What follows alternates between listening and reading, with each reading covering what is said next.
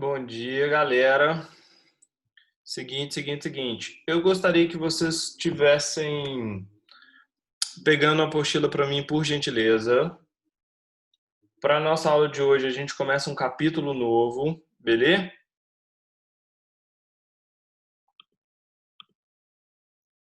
Achou aí, João Gabriel? Ó, página 179.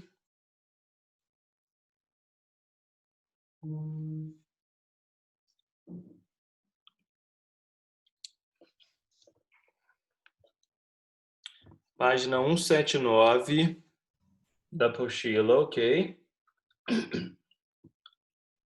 Eu gravei um vídeo para vocês na semana passada, na aula de quinta-feira, e postei no plural. Ó, pouca gente me mandou a tarefa, hein? Um monte de gente moscou nessa aí, fique esperto. E seguinte, hoje a gente inicia um novo capítulo, a gente entra aí no capítulo 11, beleza? A gente vai estudar um pouquinho mais sobre o Egito Antigo, vamos começar a estudar o que é considerada a maior e a primeira grande civilização da antiguidade, certo? E o legal aqui vai ser o seguinte, galera. Para a gente entender sobre o Egito Antigo, vocês vão precisar se recordar de várias questões que a gente já estudou ao longo desse ano, certo? Como, por exemplo, qual é a diferença dos nômades para os sedentários, ok? Lembram disso? Todo mundo está recordando, tá? O que eram as pessoas nômades? E ninguém vai me responder? Que mudava de um lugar para outro. Isso. E o que são as pessoas e os grupos sedentários? São as pessoas que estão... Que morava em um lugar fixo. Boa. A outra situação que a gente vai precisar saber para essa aula é sobre a diferença de politeístas, de religião politeísta e de religião monoteísta. O que é uma religião politeísta? Eu acredito em vários deuses. Acreditam em vários deuses. E as monoteístas acreditam Um deus. em um único Deus. Show de bola. Além disso, olha só, para a gente entender como é que o Egito se torna a maior de todas as civilizações da antiguidade, certo? A gente vai precisar usar as fontes históricas, ok? E o que são as fontes históricas? São aquelas pistas, estão lembrados? São as várias, é, é, são as várias pistas que o historiador usa para poder descobrir sobre uma civilização, para ele explicar como é que as coisas funcionam, para ele criar hipótese. Igual o Sherlock mandava lá no começo da apostila. Só que aqui, galera, aqui que é o trampo, certo?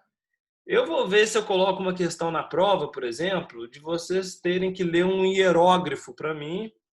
Vou ver se vocês estão ligados àquela escrita do Egito Antigo, não estão?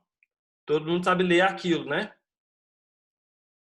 Aquelas gravuras e tudo mais, ótimo. Facinho, facinho, de boa.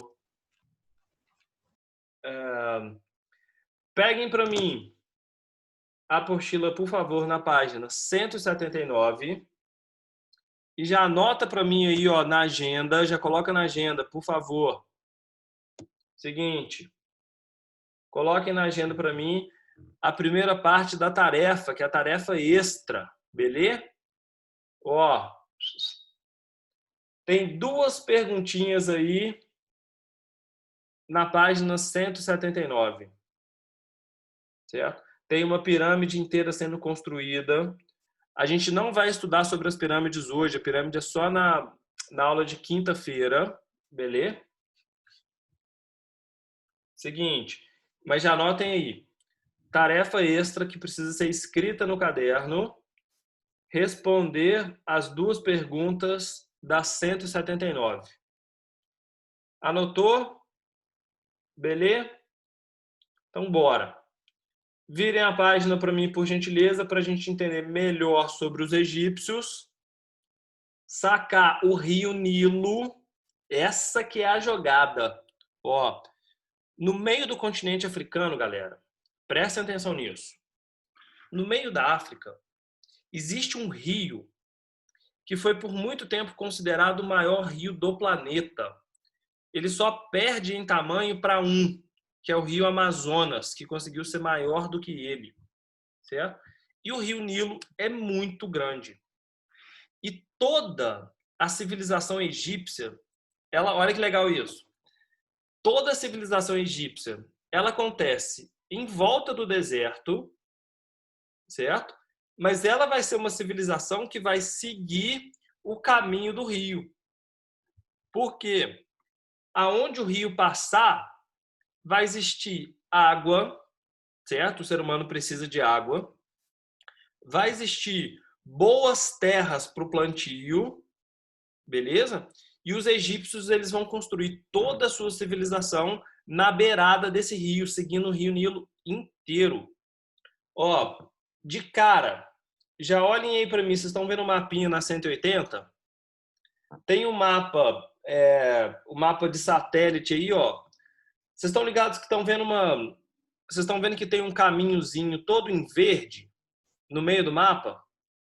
E o que é isso? Isso aí é o caminho que o rio Nilo passa.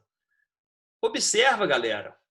Olha aí para vocês verem que do lado do rio Nilo, do lado dessa vegetação, só tem uma parte em amarelo, estão vendo? Sacaram isso, viu, João Gabriel? Se ligou? Tudo isso aí, João Gabriel, é deserto. Sacou? É puro deserto. O Rian, página 180. Puro deserto. E aí, observem que por onde o rio Nilo passa, tá tudo verdinho.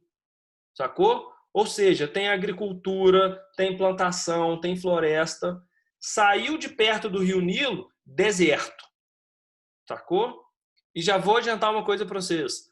Nenhum ser humano consegue viver no deserto se não tiver água, se não tiver comida, se não tiver abrigo.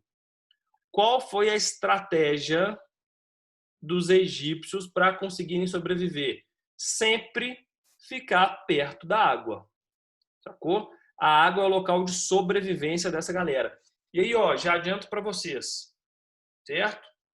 Sabe, na religião politeísta, que eles acreditam em vários deuses, um deus que é considerado um dos mais importantes para os egípcios, para a mitologia egípcia, né, para o que eles acreditavam, era o deus do Nilo.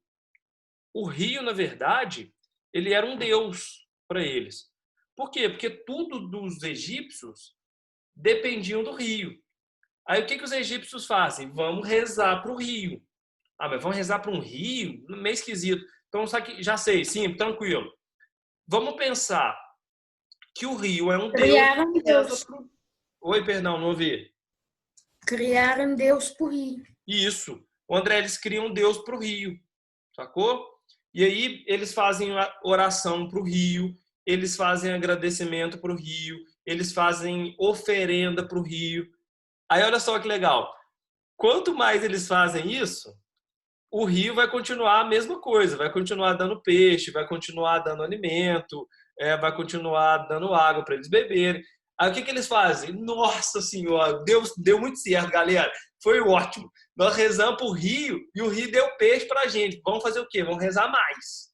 Sacou? Vamos construir um monumento para o rio. Para quê? Para o Deus do rio. Para o Deus do rio trazer mais coisa para a gente. Bora construir um palácio, certo? Um templo gigantesco para o Deus do rio. Bora. Saca? E aí todo mundo rezando lá dentro. Todo mundo rezando lá dentro, o povo, André, começa a receber, certo? O povo começa a receber alimento do rio, certo? Peixe, molusco, começam a usar o rio para navegar e para levar produto novo. Nossa Senhora, o Deus do rio é gente boa demais, pelo amor de Deus. Esse Deus do rio. Aí, beleza, presta atenção. Cultuam, ou seja, eles adoram o rei do rio, certo? O rei do rio, o deus do rio. Aí, o rio começa a dar muita coisa, as pessoas vão ficando negligentes. O que é ficar negligente? Começa a não rezar tanto, saca? Deixa de ir no templo, deixa de fazer oferenda, acha que não precisa. Aí o que acontece no rio? Some os peixes, sacou? Acontece uma inundação, acontece uma seca. Puta merda, acabou, já era, bicho. Deixamos de rezar, o rio agora secou, o Deus do rio tá puto com a gente, ele não vai dar mais comida, André, pelo amor de Deus, vamos, sacrifício, faz algum sacrifício, bora.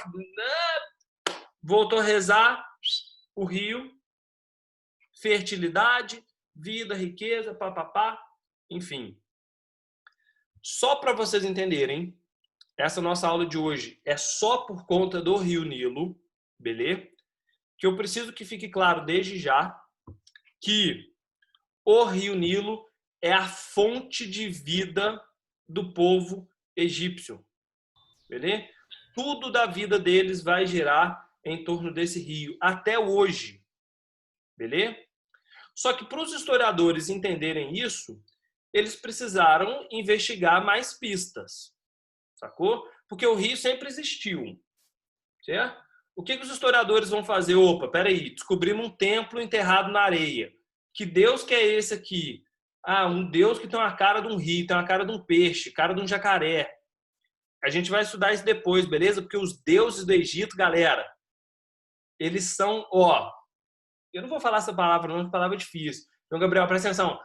Antropomórfico. Calma, preocupa com isso aqui agora não. O que é isso? Só para adiantar. Os deuses no Egito, eles têm corpo de ser humano e cabeça de animal. Estão ligados? É, maluco.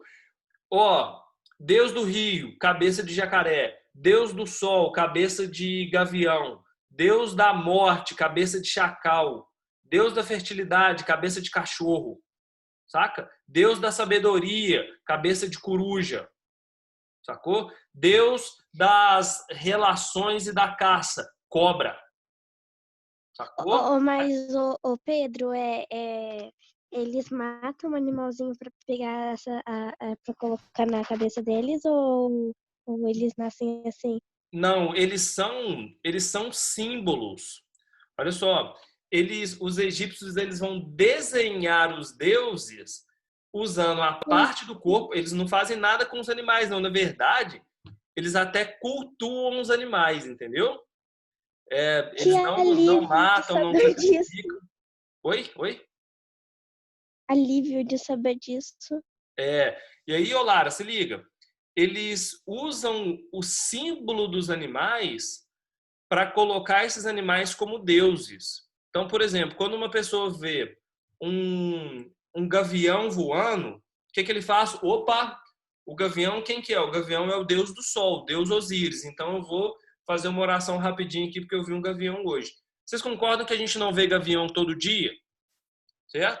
Lá no Egito, a mesma coisa. Quando via um animal deus, ele para, reza, faz uma oração, faz um agradecimento. E dentro do templo, eles vão construir uma estátua que tem a parte do corpo humano, mas isso é em pedra, é esculpido, sacou? A parte do corpo humano e a cabeça daquele animal. Aí tá lá navegando pelo rio, de repente na margem do rio ele viu um jacaré. Opa, jacaré, deus do rio. É o símbolo do deus do rio. Então o que eu vou fazer? Vou lá, faço uma oração e viu o chacal, viu o cachorro, viu a coruja. Eles não matam os animais não, tá? Isso aí pode ficar tranquilo. E olha só, tem uma... É porque depois vocês vão ver mais para frente, quando a gente estiver estudando a religião deles, todas essas imagens, viu, Lara? Então guarda, isso daí a gente estuda daqui a pouco. Seguinte. Peguem a canetinha de marcar para mim, por gentileza. Página 180, para a gente avançar nessa discussão aí sobre o Rio Nilo, beleza? Ó, tá vendo dentro do quadrinho amarelinho? Dentro do quadrinho amarelinho tá aí a importância do Rio Nilo, acharam? Podem começar grifando para mim, por gentileza. Sai grifando igual uns doidos varridos não, hein? Bora. Um deserto, a importância do Rio Nilo. Um deserto não parece ser o local mais adequado para garantir comida e conforto. Pronto. Grifem até aí. Beleza? Como, então, os grupos que deram origem ao Egito puderam sobreviver e se fixar numa região tão desértica? Ou seja, se o deserto é difícil de viver, como é que os egípcios conseguiram? Grifem para mim aí, segundo parágrafo, ó, pode começar. Os grupos que se fixaram à margem do rio Nilo logo perceberam que quase todos os anos, no período que corresponde aos meses de julho a outubro, no nosso calendário, o rio transbordava, inundava as suas margens e de novembro a março voltava ao seu volume natural. Certo? Parte de baixo aí, ó, eu já vou comentar essas duas imagens para vocês sacarem. Quando havia inundações, pode grifar. Quando havia inundações esperadas, as margens do rio Nilo ficavam propícias para a agricultura, pois eram recobertas por uma camada de sedimento que deixava a terra fértil, o humus. Continua grifando. Essa camada dava à terra uma coloração escura e daí vem a palavra Egito, que significa terra negra. Grifem até aí. Pronto. Qual é a sacada, galera? O que eu queria que vocês entendessem? O Egito e o rio Nilo, ele não é um rio normal. Não guarda a canetinha não, tem só mais um pouquinho ali pra gente grifar daqui a pouco, beleza? O rio Nilo não é um rio normal. Olha que doido. Nesses 3 meses, de julho até outubro, o rio ele sobe. Mas ele sobe muito. O rio Nilo, galera, ele é muito grande. Ele é muito grande. Tem lugar nele que é curtinho. Parece riachinho ali, sabe? Perto de Rio Grande, perto de lugar que a gente conhece, sabe? Rio de perto de fazenda. Daquele jeitinho. Tem lugar do rio Nilo que o rio ele começa assim, ó. Se liga, tá me vendo? Meu Gabriel, presta atenção. Foca, ó. Ele começa pequenininho, aí ele vai crescendo. E ele vai alongando. Teve um lugar dele que eu conheci, que eu pude ir, que eu estava numa beirada do rio e eu não consegui ver a outra beirada. Sacou? Ele parece um mar de tão grande. Imagina, você tá lá na frente do rio, você tá olhando do outro lado, você não vê o final dele. Sacou? A gente, galera, a gente tá acostumado com rio, que você chega numa beirada, você olha ali do outro lado, tá o outro boca aberta lá, o vizinho da terra. Ô, companheiro, gritou, ouviu. Sacou? E passa uns barquinhos, o povo tudo se conhece. Tem lugar no Rio Nilo que ele cresce tanto, mas ele é tão grande que ele parece um mar, um oceano de tão longo. Sacou? E água braba. Sacou? O detalhe é, 3 meses no ano, o Rio Nilo ele sobe. Ele enche de água e ele alaga tudo, mas é muita coisa, sacou? Ele praticamente dobra de tamanho, de tanta água que sobe. E ele alaga tudo, some tudo, sacou? Some terra, some árvore, some coqueiro. Olha aí na imagenzinha aí, ó, tá vendo na página 180? Estão vendo a imagem B? A B. Tá vendo que tem 2 gravurinhas? A A e a B. A B é o rio Nilo alagado, sacou? E ele passa 3 meses muito cheio, mas muito cheio, sacou? A beirada dele, as 2 margens dele sobe.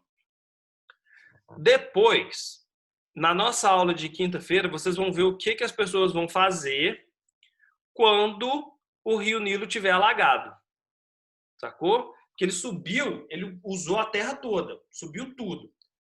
As pessoas, olha só, se liga, o André, a galera do Egito é inteligente, certo? Você vai construir a sua casa na parte em que o rio Nilo alaga? Não, certo? Por quê? Porque o rio vai subir, se você tiver uma casa construída lá, sua casa vai ser destruída, correto? Simples. O que eles vão fazer? Ó, eles vão construir a casa do lado da parte em que o rio fica cheio. Beleza? Claro, né? Simples. O rio, a casinha está aqui. O rio alagou, ele chega até aqui. Aí passou 3 meses. O rio está lá alagado. A casinha do cara está ali. Passou 3 meses, o que o rio faz? Desce. E fica normal. Só que todo esse lugar que ficou alagado, quando a água reduz, quando a água volta ao normal, vocês já brincaram de guerra de argila? Vocês estão ligados à argila? Aquela lama um pouquinho mais dura que dá pra gente fazer umas modelagens? Bom, brincaram disso? Fazer uma guerrinha de argila, ela vira um barro mais durinho, né? Mas nós fez um. Eu já brinquei de guerra de barro, né? Que meu primo Não, mas é porque a argila... bateu um barro na cabeça dele. Ô, André, mas é porque o barro, ele é mole, sacou? A argila, ela é bem dura. A argila parece uma massinha, Se sacou? você tacar na cabeça de um ou de outro, morre. Mas o negócio é o seguinte, quando o rio Nilo, ele abaixa, o que rola? O lugar que ele estava com água, ele vira essa argila. É o que os egípcios vão chamar de humus, que é essa terra. Vocês já estudaram isso em ciências? Ou em geografia? Já ouviram falar nessa terra? Ainda não, né? Então se liga. Ó, esse humus, que é o nome dessa argila, ele tem muito nutriente, sacou? Ele é uma lama muito boa. E aí o que os egípcios vão fazer? Assim que o rio Nilo abaixar, o local vai ficar todo cheio de humus, que é esse barro bom, cheio de nutriente. E o que os egípcios vão fazer? Planta nesse local, na beiradinha do rio. E aí você tem que plantar rapidinho, por quê? Porque você sabe que em julho, o que vai acontecer com o rio? Vai subir. Então todo mundo planta de rápido, sacou? Planta nessa beirada inteira do rio, colhe o alimento, guarda o alimento para quando o rio subir você ter comida. E aí o Egito se torna a civilização com a melhor agricultura do mundo. Por quê? Porque em nenhum outro lugar, por enquanto, né, nessa mesma fase, tem um rio com tanto nutriente, tem um solo com tanto nutriente. E aí os egípcios vão usando, ó, subiu o rio, eles vão trabalhar em outra coisa. Tá lá esperando, o rio tá cheio. Abaixou o rio, todo mundo corre para plantar e para produzir. Vira a página para mim. Olha aí, pra vocês darem uma olhadinha. Na 182. Estão vendo? Viram essa imagem? Esse lugar aí, ó, estão vendo a fotografia? Estão vendo que tem um monte de casinha, um monte de criação de animal e tudo mais? Na hora que o rio sobe, toda essa terra é alagada. Na hora que o rio abaixa, as pessoas vão lá e plantam nisso tudo. Certo? E as grandes não, as várias cidades do Egito, elas vão aparecendo na beirada desse rio. Cada cidade recebe o nome de nomo. Ó, grifem aí para mim, por gentileza. Página 181, primeiro parágrafo. Cada conjunto de vilarejo formava um nomo, só até aí. Ou seja, a cidade no Egito ela se chamava nomo. Certo? Parágrafo de baixo. Grifem para mim aí, ó. Em cada nomo havia um chefe responsável pela organização das diversas atividades. Produção e armazenamento de alimentos, continuo grifando. Criação de animal, produção de instrumentos de trabalho e construção de edifício. Grifem até aí. Ou seja, cada vilarejo desse tem um chefe que organiza tudo. A hora de plantar, a hora de colher, produzir ferramenta e tudo mais. Certo? Não precisa mais grifar. Quando o Rio Nilo alagava, ficava desse jeito aí? Não, esse jeito, André, é quando ele já está abaixo. Mas é porque essa foto, ela já é um pedaço do rio que eles já vão puxar um canal. Eu já explico mais adiante, beleza? Que a gente precisa chegar num outro detalhe ainda. A gente vai voltar nessa imagem aí, não preocupa. Joguem aí para mim para o terceiro parágrafo. Podem grifar, ó. Com o tempo, os nomos que tinham um exército mais eficiente conseguiram conquistar os mais fracos e passaram a ser governados por um único monarca. Continua. A agregação dos nomos deu origem a 2 reinos, o Alto Egito e o Baixo Egito. Um deles ficava na metade do rio e o outro na metade de baixo. Certo? Dividiam o rio Nilo em 2 partes. Por volta, não precisa grifar, por volta do ano 3200 a.C., o governante do Alto Egito, Menes, também conhecido como Namer, conseguiu unir o alto e o baixo, transformando num só reino. Grifem aí para mim, ó, no 4º parágrafo, 2ª linha, tá vendo a palavrinha assim? 4º parágrafo, 2ª linha, grifem assim para mim, ó. Assim tornou-se o primeiro faraó. Assim tornou-se o primeiro faraó, título do rei do Egito, e fundou a primeira dinastia egípcia. Continua. Desde então, os faraós passaram a concentrar poderes administrativos, judiciais, militares e religiosos. Ou seja, essas cidades, essas vilas que viviam nas beiradas do Rio Nilo, cresceram e foram se desenvolvendo. Cada cidade tinha um chefe. E, de repente, essas cidades foram ficando tão importantes e tão poderosas que elas começaram a ter exército. Sacou? Um desses líderes conquistou a região toda, conquistou o Alto e o Baixo Egito, né, as 2 regiões, a parte de cima e a parte de baixo do rio, e formou a civilização egípcia.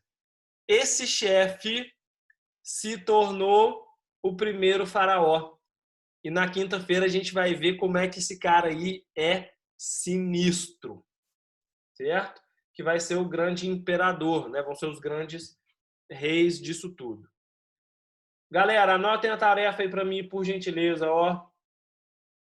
Além daquela tarefinha extra que eu já tinha passado das 180, vocês vão fazer para mim o Em Casa número 1,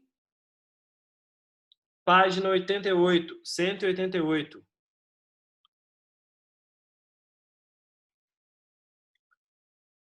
Tarefa extra, na página 180. E o Em Casa número 1, página 188. Prontinho? Certinho? Pegaram? Qual que é? 88. A número 1. E a tarefa extra, que é responder aquelas 2 primeiras perguntas da 180. Dessa daqui. Ih, perdão, não é 180 não, galera. É 179. Desculpa. Isso. 179, desculpa. Responder as 2 perguntinhas aí, ó. Como que chama? aquele leão com cabeça de gente lá do lado direito. Ih, ficou tudo picado. Aquela estátua de leão com cabeça de humano do lado direito, como que É chama? é uma esfinge. A gente vai discutir isso tudo aí depois, beleza? Galera, valeu. Alguma dúvida? Pegaram a tarefa?